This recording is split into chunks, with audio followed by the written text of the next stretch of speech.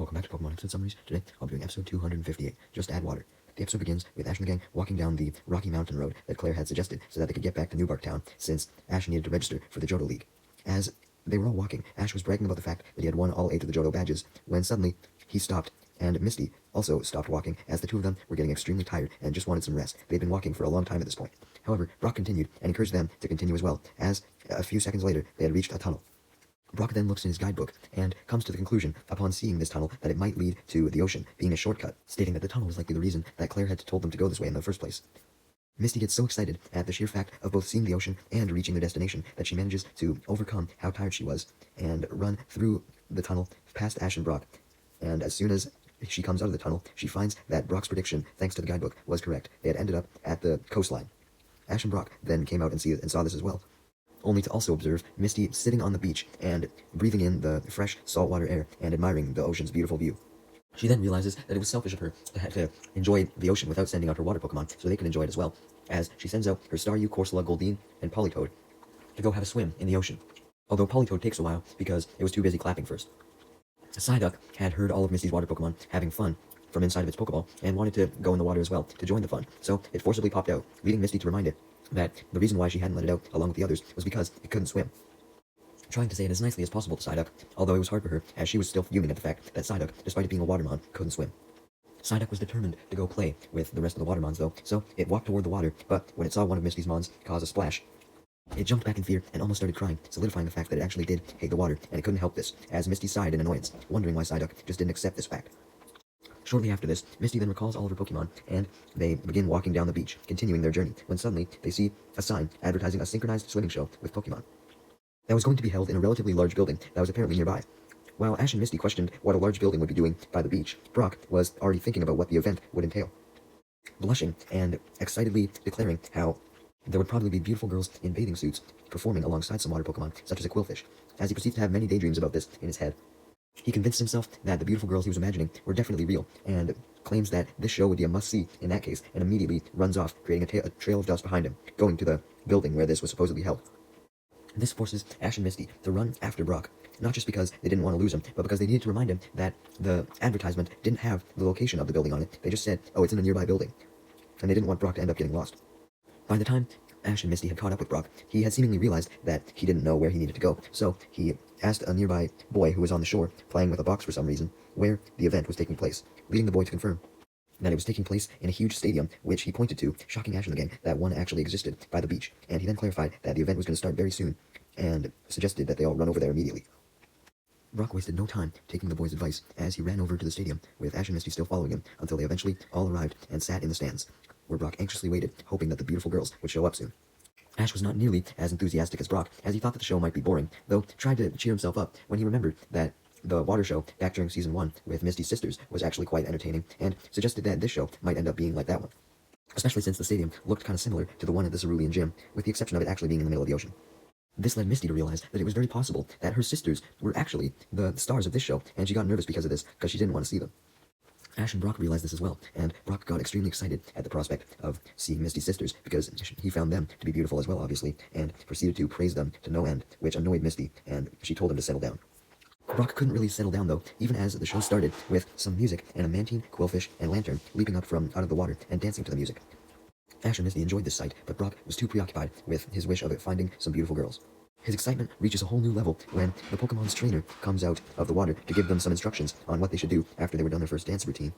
And Brock expected it to be a girl when he saw the trainer's bare legs, but much to his dismay, it was actually a dude. Oh my god. As Brock falls to the ground in disappointment, Ash and Misty eagerly watch the show, while Brock starts crying into his arm, trying to make it look like he wasn't that upset. Although he wasn't fooling anyone, as he ranted about how annoying the guy and his swimming skills were. Ash and Misty, on the other hand, were immensely impressed by the man's swimming skills, along with how he swum in conjunction with his Pokemon, suggesting that the guy must have been a really good Pokemon trainer if him and his water Pokemon were in so much sync. Meanwhile, Team Rocket were also watching what was going on from above a nearby cliff that happened to be located above the stadium,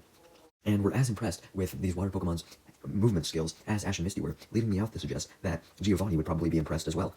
since he could use them as a cheering squad to cheer him on during his own morning swim. And Meowth then visualized this in his head, as he visualized Giovanni taking off his swimming robe and diving into the water with his Speedo and racing the water Pokemon. After this, he would get out of his pool and go relax with all of them on a lounge chair.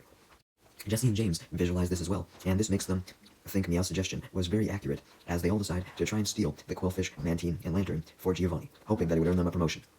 As they then begin planning their stealing scheme, managing to agree on a plan immediately. Back with Ash and the gang. The performance of the man and his water Pokemon had since ended, and Misty and Ash were still so impressed that they felt the need to go up to the guy and personally congratulate him on his skills, which they did, and Brock came along, though not to congratulate him, but to complain about how there were no pretty girls at the show. This obviously left the guy confused, and somewhat pissed off that Brock was accusing him of putting on a fraud show just because there was no girls apparently. And Misty obviously didn't want to see this trainer unhappy, so she interrupted Brock's complaints and told the guy not to worry about him and just ignore him, stating that he was just desperate to find some girls and he was taking out his anger on the trainer. The guy does as Misty suggests and introduces himself as Dorian, explaining that he was a gym leader. Ash and Misty were obviously confused by this, as Ash had seemingly battled all of the gym leaders in Johto. When Ash inquires as to what this gym was called, Dorian responds that it was known as the Coastline Gym. Ash goes to ask more questions, admitting that he's never heard of the Coastline Gym before, but Misty stops him and makes him introduce himself first, as she introduces herself as well. Ash was then able to ask Dorian what he wanted to ask, which was what kind of gym it was and what he did there, suggesting that it may have not been a regular Pokemon battle gym, but rather an exercise gym of some kind where he practices swimming, because Ash didn't believe that there could potentially be another gym, since he figured he would have heard about all the official ones across his many days of traveling. Dorian decides not to tell them what he did at the gym, but rather show them what the gym was all about by giving them a tour, as he took them inside the gym, being an underwater aquarium. Ash and Misty were surprised by this, but they were even more surprised when they looked on the bulletin board of the gym and saw several pictures of Dorian with all three of Misty's sisters. Misty informs Dorian that the three women in the picture with him were his sisters, which surprises Dorian, but Ash and Misty simply rebut that they were the ones who were surprised, as they didn't know how Dorian could know them, as Misty inquired how this was possible. Dorian simply explains that he knew Misty's sisters because he had gone to the Cerulean Gym a lot to learn about water Pokemon and their skills, as he loved them just as much as Misty's sisters did. He also explains that he loved the gym and water Pokemon so much that he wanted to try and make a gym that resembled Cerulean's and was just as favorable towards water Pokemon, which was why he created the Coastline Gym in the first place. And why he wanted to do the water Pokemon shows in the first place as well, just so that he could further emulate Misty's sisters. Basically, he was so impressed by them that he basically just wanted to be the male version of them. Misty, still impressed by Dorian, admits that he had done a pretty good job of making his shows like Cerulean's gyms, because his shows were just as entertaining because he was able to connect with his Pokemon just as well. Dorian thanked Misty for the compliment, but admitted himself that the gym was not an exact copy of Cerulean's by any means, since his gym was a private gym instead of a main one, meaning that it was not authorized by the Johto League, which made Ash and Brock understand why they had never heard of it, as they only had official gyms in Brock's guidebook when Ash was looking for gyms to challenge. Misty then realized that if Dorian had been to the Cerulean Gym so many times, and met her sisters so many times, they had to have brought Misty up in conversation at least one time, so Misty eagerly asked Dorian if her three sisters had mentioned anything about her, explaining that she was actually the fourth Cerulean sister. Much to Misty's annoyance and absolute anger, though, Dorian admits that her three sisters had said something about a fourth sister, but all they said was that she was the baby of the family and was a loser because of that, and for other reasons. He also adds that they called her a crybaby and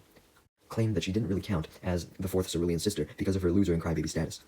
Misty was obviously already severely angry, like I said, but she just got even angrier as Dorian added one more thing, which was that the sisters also said she had a horrible temper.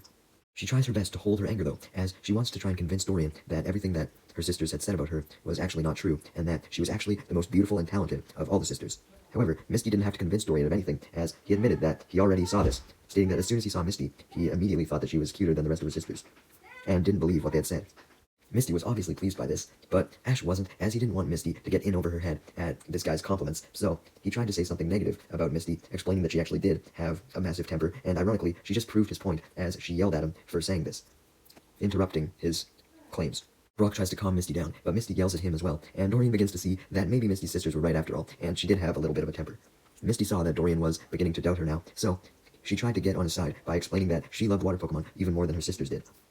adding that her love for water Pokemon went so beyond her sisters that she was actually the person who loved water Pokemon the most in the entire world. This actually pissed Dorian off a little bit, as he disputed Misty's claim, explaining that he was the one who loved water Pokemon the most, evidencing the fact that he was very talented at battling with them, stating that he didn't try and make his own gym, thinking that he wasn't skillful enough to be a gym leader.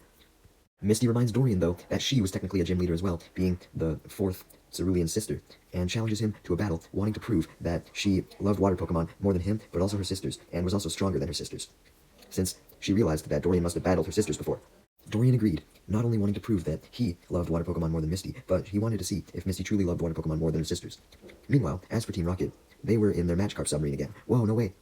They had noticed Ash and the gang and Dorian go inside the coastline gym, so they were pedaling in the water towards it, bickering about what their exact plan was going to be. Since although they had all agreed on a plan before, the plan was simply to get inside the Magikarp sub. Yeah, very detailed plan. Anyways, as they were arguing about what they should do, and James and Meowth also complained about having to do most of the pedaling,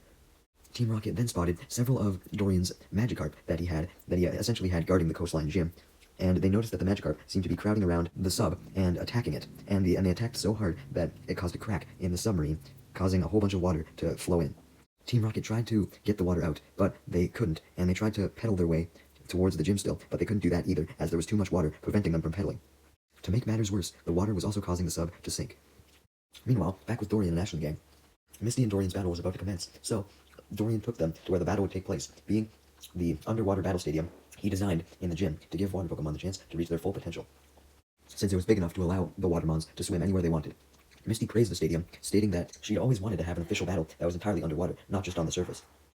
Misty and Dorian were about to excitedly go take their places at the underwater battlefield, but first, Ash directed their attention to all of Dorian's Magikarp that were swimming by the stadium, and he pointed out that one of them looked kind of strange, and was being chased by Dorian's other Magikarp, as well as his Mantine, Lantern, and Quillfish.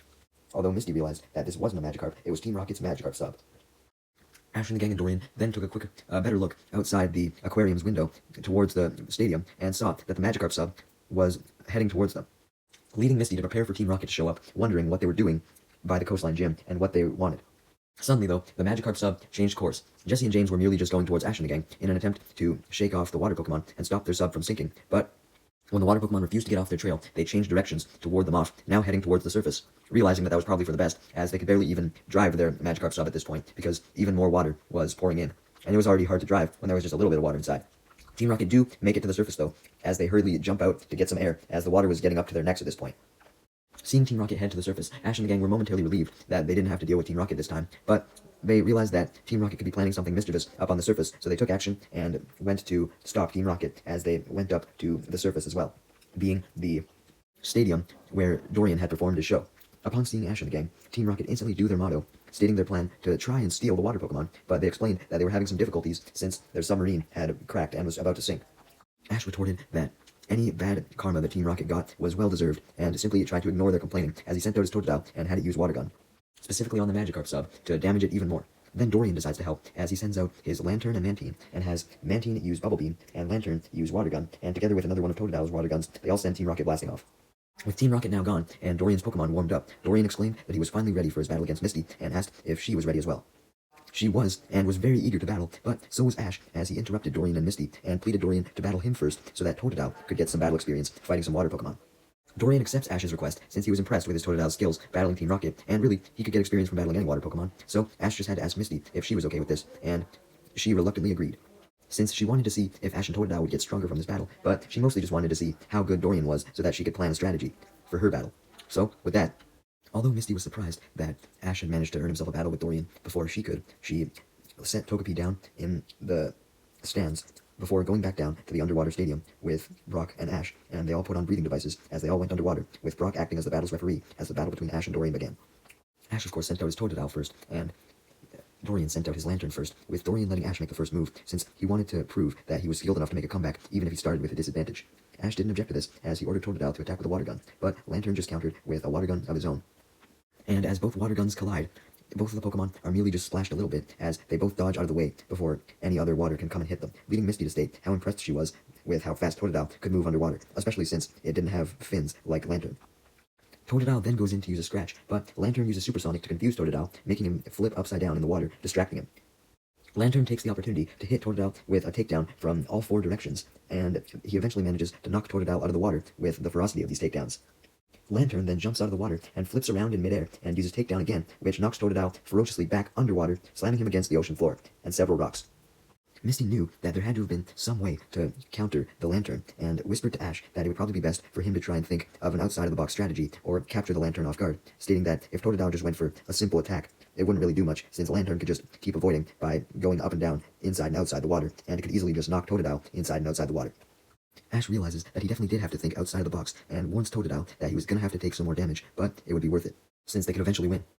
So, Totodile continues to get hit by Lantern's takedowns, but while Lantern was coming down on it one time, Totodile caught Lantern off guard by slashing it extremely hard.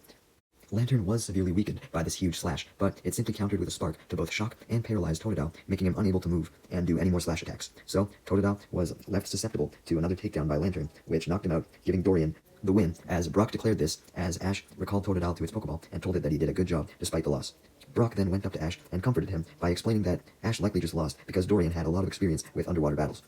Ash acknowledges this and congratulates Dorian on the win, knowing that Dorian won fair and square, also thanking Dorian for giving Ash his first real experience with underwater battles. With Ash's battle done, he began to watch as Misty took his place. It was now Misty versus Dorian. Although, since this was the main event, Dorian really wanted to see what Misty's skills were like, so instead of a one-on-one battle like he had with Ash, he challenged Misty to a 3-on-3 battle, which she agreed to, and Brock then declared that the battle could get underway. So, Misty went to send out Goldeen as her first Pokemon, but even though Psyduck seemingly only forcibly popped out in exchange for Staryu, it did it in exchange for Goldeen this time, since it really wanted to battle, although it wasn't aware of the fact that it was an underwater battle, so it instantly started panicking since it couldn't swim, and started flailing around, trying its best to get to the surface so that it wouldn't drown. It somehow managed to make its way to the stands by clinging on to the end of the stands, which extended all the way down to the bottom. Seeing that Psyduck was obviously uncomfortable, Misty went to go recall it into its Pokeball, but she saw that despite Psyduck not wanting to swim, it wanted to at least watch the battle going on if it couldn't participate. Misty was surprised by this, but now realized that this whole time, even though Psyduck was constantly terrified of the water, it probably always wanted to be like its fellow water Pokemon and still enjoy the water to some extent. So she decided to go over to the stands where Togepi and her bag were, and she got a flotation ring out from her bag and put Psyduck inside of it so that it could swim around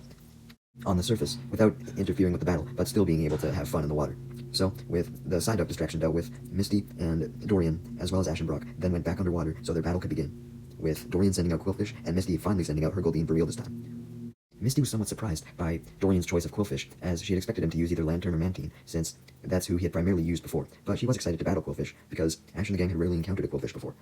Goldeen started off the battle by going for a horn attack, but Quillfish was able to dodge this easily, and then went in for a tackle on Goldeen, before following up with many repeated body slams to damage Goldeen quite a bit. Goldeen tries to tackle Quillfish itself, but Quillfish dodges Goldeen's tackle with agility, and then proceeds to continue body slamming it. Since Goldeen and Quillfish's movesets were so similar, it was able to use agility itself to dodge a lot of the body slams. Ash and Brock had their doubts that Misty was going to be able to win, but upon seeing Goldeen masterfully use agility and then land a horn attack on the Quillfish, their doubts started subsiding, and completely subsided when Goldeen got off a supersonic on Quillfish, confusing it. Despite the confusion though, perhaps some of the rays had bounced off of Quillfish's quills because it didn't seem that confused, and was able to get off a pin missile on Goldeen. But before the pin missile could actually make contact, Goldeen deflected them back at Quillfish by spinning its tail. Quillfish manages to dodge the pin missiles though, as well as a horn drill that Goldeen tried, allowing it to use pin missile again, actually hitting Goldeen this time, from behind. With Goldeen being hammered by all the pin missiles, Quillfish took the opportunity to use takedown on Goldeen, and it couldn't handle both of the attacks at once, as it lost, as Brock declared that Dorian had officially won the first battle. It was now 1-0. It was now time for the next round to begin, as Dorian decided to recall his Quillfish and instead use his Mantine for this round, and Misty promised that her next Pokemon would bring an entirely different angle to the battle, being her Corsola, as she told herself that she could not afford to lose. So,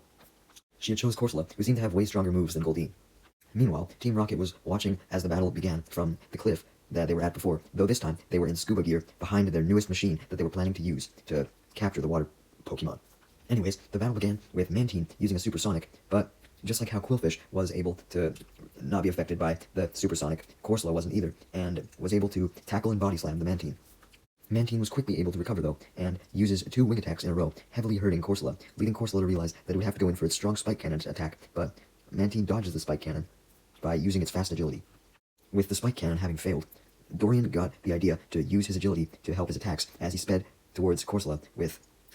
a tackle, or rather, his Mantine did, and this tackle hit Corsola so hard that it was sent flying into some rocks, and Misty told it to recover, and it was able to, healing it up fully, quelling Ash's worries, and allowing it to go in for a spike cannon, which actually made contact with Mantine this time. Dorian was so surprised by the recover and the spike cannon strategy that he was distracted and couldn't order Mantine to do another attack, allowing Mantine to get finished off with a tackle attack from Corsola, making the score 1-1, as Brock declared that Misty had won this round. Misty then obviously congratulates her Corsola on the win, as Dorian recalls his Mantine, and comments that it definitely seemed like Misty's sisters were wrong, because Misty seemed pretty goddamn strong. It was now time for the final round to begin that would break the tie, as Dorian sent out his final Pokemon Lantern, and Misty debated on sending out Staryu or Politoed, but before she could choose, the battle was interrupted by a huge-ass whirlpool arriving out of nowhere and blowing everyone over. And Ash and the gang soon discovered the source of this whirlpool to be none other than Team Rocket, who arrived in their new Krabby mech that we saw for like 1 second earlier, as they do their motto, stating their plan to once again steal the water Pokemon, hopping out of the safety of their mech in their scuba diving outfits to do so. We then find out that the Krabby Mech had some sort of vacuum on its hands, as soon as its hands open up, it begins to suck in a whole bunch of water, also pushing Ash and the gang and Dorian forward. In order to try and stop the Krabby Mech, Ash sends out his Totodile and has a used water gun, and Dorian sends out his Quillfish and has a used pin missile, but both of these attacks are useless. However, Team Rocket simply mess with the settings in their Krabby Mech to turn up the vacuums on the mech's hands, but also Totodile and Quillfish, trapping them inside the mech. Since Lantern and Mantine were also out, they got sucked up as well. With Misty now the only trainer with Watermons to do anything, she yells at Team Rocket for playing dirty instead of battling them like they usually did, and sends out her Corsola, telling it to tackle the mech. Specifically, tackling the arm that had captured the other water Pokemon in an attempt to free them, but all Corsola's tackle does is point the arm upwards, meaning that it starts to suck stuff up that was on the surface, including Misty's Psyduck, which was definitely about to get sucked up because it was intrigued by the vacuum and went up to it, only making it easier to get sucked up. Team Rocket didn't notice this though, as they were too occupied with trying to move the arm down. But eventually, Psyduck is sucked underwater along with its flotation device, and it brings Misty's attention to it when she sees this, obviously, so she tries her best to go and save it, willingly jumping into the path of the vacuum, even if it meant she could get sucked up, as she swam after Psyduck, as it was getting sucked up. Unfortunately, although she was able to push Psyduck out of the path of the vacuum, saving it, she ended up getting sucked up. Dorian and Corsola try and find a way to pull her out of the machine, but, of course, as they swam towards it, they got sucked up as well. Ash and Brock were immensely shocked to have just lost all their friends like that, but realized that them trying to save their friends would just make them get sucked up in the long run, so Ash, Brock, and Pikachu try their best to escape from the Krabby Mech. Ash and Brock get closer to the surface the more they swim, but James was determined to not let them escape and suck them up as well, as he had the Krabby Mech go after them, and then he tried to suck them up, but accidentally, he, instead of intensifying the vacuum, reversed it completely, making it use pressure to push Ash and Brock away instead of sucking them in. Although they were injured from falling onto the rocks in the water, this was ultimately a good thing, as now they were farther away from the Krabby Mech, so they were able to find a rock to hide behind, meaning that Team Rocket couldn't find them, so they simply gave up on trying to capture Ash and Brock, and left, happy with their current captures. This made Ash and Brock able to escape back to the surface, where the stands were, as they promised to themselves that they would get Misty, Dorian, and their Pokemon back. Also just relieved to have saved themselves. However, Ash realized that him and Brock had no clue as to where Team Rocket's Krabby Mech could have went off to, so he sent out Noctowl to do an aerial search. A few minutes later, Noctowl returns, seemingly having located Team Rocket's Krabby Mech somehow, so it leads Ash and Brock to it, and Psyduck, who was saved by Misty, and therefore not sucked up, follows along with Brock, Ash, and Noctowl as well, since it was worried about Misty, and also didn't want to be alone. Meanwhile, as for Team Rocket, they had returned to that good old cliff that they were at 2 times previously, with their mech, although they were now outside of it, having tied up Misty and Dorian, along with Misty's Corsola, so that the Corsola couldn't save them. As Team Rocket very gratefully bragged about the fact that they now not only had all the Pokemon that they had captured with the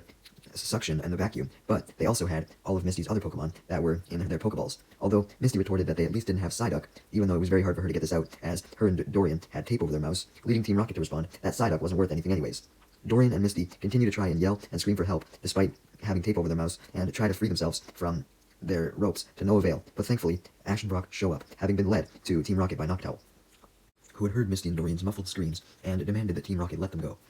Team Rocket obviously refuses, and decides to battle Ash and Brock, as Jessie goes to send out her Arbok, although Wobbuffet forcibly pops out first, forcing her to recall it, and James sends out his Victreebel, although Victreebel eats him first as usual.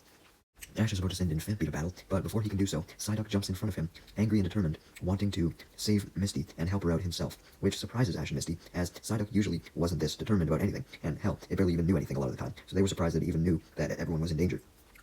Ash decided to give Psyduck a shot to see what it could do, as he eagerly awaited Psyduck to start battling, as Brock untied Misty and Dorian. However, much like everyone should have been expecting, right as Psyduck began charging towards Team Rocket, it shortly stopped and turned around, facing Ash, as if it tried to question him what it was even supposed to do, indicating that it had got confused and already forgot why it was going to attack, which made Ash and the gang fall over in embarrassment. Jessie thought that Psyduck was making fun of them by doing this, so she angrily ordered Arbok to use Bite on Psyduck's head, and Arbok did so, making Psyduck scream out in pain. Psyduck's pain is only intensified as Victreebel goes in for a Razor Leaf, and although the Razor Leaf hits once, it doesn't hit any times after that, since Psyduck was now running around in pain, which in turn made it dodge all the Razor Leaves. Seeing Psyduck in pain, Misty got an idea and told Arbok to simply bite Psyduck harder, and Psyduck did this, which surprised Dorian, initially because he was confused as to why Misty was ordering around the enemy, but he then got confused for a different reason, since he noticed something happening to Psyduck as it continued to get a severe headache as Arbok kept biting. This thing that was happening to Psyduck was of course the awakening of its psychic powers, which happened whenever it got a headache, so Psyduck was now able to use confusion, sending Victreebel and Arbok flying back into Jessie and James, knocking them all down. Psyduck then follows up with a Psychic, which sends Team Rocket blasting off and destroys their Krabby Robot. Dorian was obviously weirded out by Psyduck using its psychic powers, commenting how this Psyduck didn't appear to be a regular one, as he had never saw any other Psyduck able to use psychic powers, despite the Pokedex saying otherwise, but that didn't mean he wasn't impressed by Psyduck, as he thanks it for its help. Since now, Lantern, Mantine, Quillfish, and Totodile were free from the destroyed mech, and Corsola was freed when Brock untied it with Misty and Dorian, which of course allowed Dorian, Misty, and Ash to reunite with their formerly captured Pokemon. And Dorian continued to thank both Psyduck and Misty, immensely grateful. While Misty thanked him for the thanks, Psyduck simply reacted by tilting its head, as it didn't understand what Dorian had said. Misty then talks to Dorian about their battle, saying that it was a shame that it had got cut off, and declares that they should simply call it a draw, because they each had one win and one loss. However, Dorian responds that since he had seen Psyduck's strength, he knew that if Misty used Psyduck in the final battle, Psyduck would have won, and therefore Misty would have won the battle. So, he thought that Misty should get the win anyways. Misty retorts back, though, that she was initially going to call Psyduck back and send out another Mon instead, which would have quantified as cheating, so, if anything, she should have lost the battle. So, with that, her and Dorian agree to just call it a draw, as they shake hands. Dorian then compliments Misty on her battle skills, exclaiming his belief that he now knew for a fact that Misty was a better water trainer than her sisters. Misty thanks him, but Ash reminds the two of them that although they had settled the debate on if Misty was stronger than her sisters, they didn't settle the debate on who was stronger between each other, so Dorian and Misty just decided to call each other each the best water trainers. There was essentially going to be two of the best. I guess that works. Ash and the gang then comment on how they learned a lot from battling underwater in the coastline gym, and Brock suggests that Dorian actually put effort into making this an actual league-recognized gym, since it could be very beneficial for trainers to go here. Dorian then responds that he'd been trying to advertise the gym, but he just couldn't get a whole bunch of people to come to it, and that's what you needed to be recognized as an official gym, was a lot of willing customers. So, with that, Ash and the gang all promised to spread word about the coastline gym, with Ash promising to spread word to all the trainers at the Silver Conference. Dorian thanks them, leading Misty to ask him for a favor in return, being the next time he visits the Cerulean gym, she wanted him to inform her three sisters on how well she had been doing, and how she has gotten a lot more skilled at battling. And Dorian assures her that he visited the Cerulean gym all the time, and would be sure to update Misty's sisters. Ash and the gang then say their goodbyes to Dorian, waving as they continue on their journey back to New Bark City, and the episode ends. We find out that Dorian had taken a picture of him, Misty, and Corsola, and had pinned it up in the bulletin board in his aquarium, right beside his pictures with Misty's sisters, to show that she was at least as strong as them and on equal footing. Aww.